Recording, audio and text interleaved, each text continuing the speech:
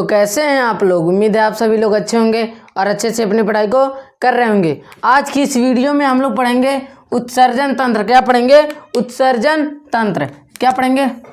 लिख लेते हैं, उत्सर्जन तंत्र। उत्सर्जन तंत्र।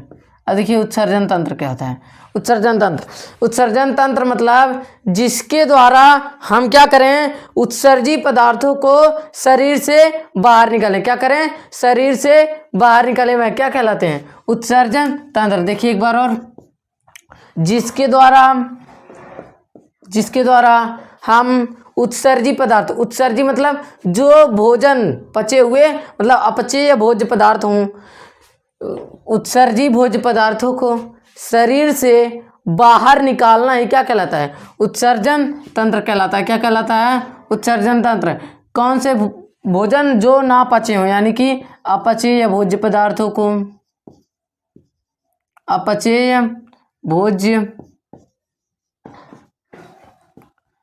भोज्य पदार्थों को शरीर से क्या करेंगे? बाहर निकालेंगे। अब हम अपचेय भोज्य पदार्थों को कह सकते हैं, क्या कह सकते हैं? उत्सर्जी पदार्थ। क्या कह सकते हैं? उत्सर्जी पदार्थ। ठीक, इसको हम क्या कह सकते हैं? उत्सर्जी पदार्थ।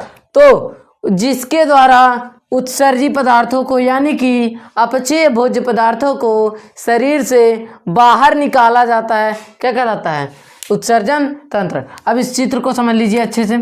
इस चित्र को देखिए, यह है मूत्र मार्ग जिसके द्वारा मूत्र बाहर निकलता है। यह है मूत्राशय जहाँ मूत्र इकट्ठा होता है। फिर देखिए यह है किडनी। क्या है?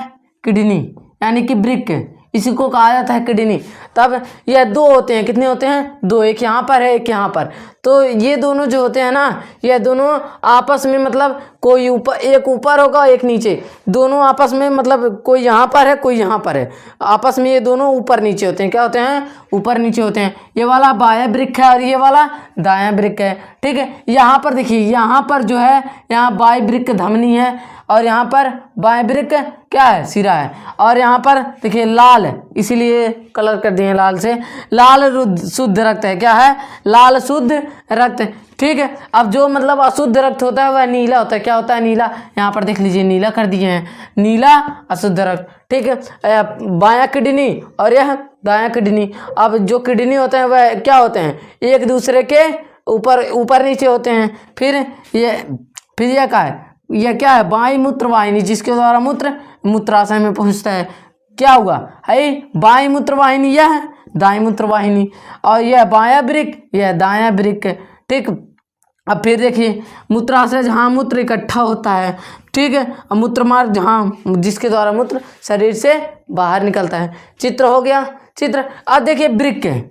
वृक्क के बारे में हम अच्छी तरीके से जान लें, क्योंकि जो वृक्क है वही हमारे शरीर का सबसे मुख्य अंग है। क्या है? सबसे मुख्य अंग है। किस चीज़ का? उत्सर्जी मतलब उत्सर्जी पदार्थों को शरीर से बाहर निकालने का सबसे मुख्य अंग वृक्क ही है। अब जान लेते हैं कि वृक्क या फिर किडनी। वृक्क या किडनी, इसको वृक्क कहते हैं, इंग्लिश में किडनी कहते हैं। इंग्लिश में क्या कहते हैं? किडनी, और हिंदी में वृक्क कहते हैं। तब देखिए वृक्क या किडनी। ठीक है, पहले जान लीजिए पाया कहाँ जाता है। कहाँ पाया जाता है?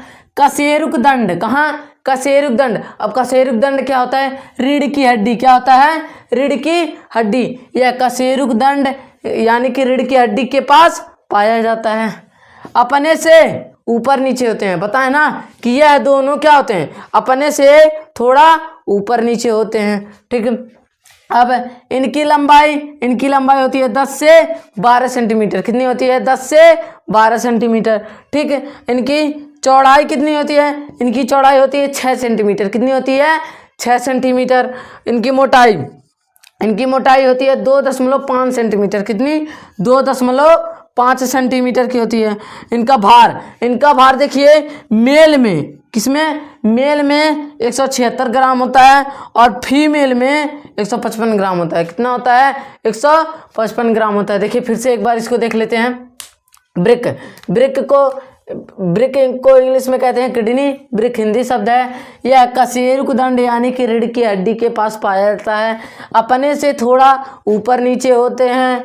इनकी लंबाई होती है 10 से 12 सेंटीमीटर, चौड़ाई होती है 6 सेंटीमीटर और मोटाई होती है 2.5 सेंटीमीटर। भार होता है मेल में 176 ग्राम, कितना? मेल में 176 ग्राम और फीमेल में 155 ग्राम होता है। अब जान लेते हैं कि बाई मूत्र वाहिनी क्या होती है, मूत्राशय क्या होता है और मूत्रमार्ग क्या होता है। ठीक है, अब बाई मूत्रमार्ग वाहिनियाँ मतलब पहले इसको बाई को छोड़िए, इसको जानिए।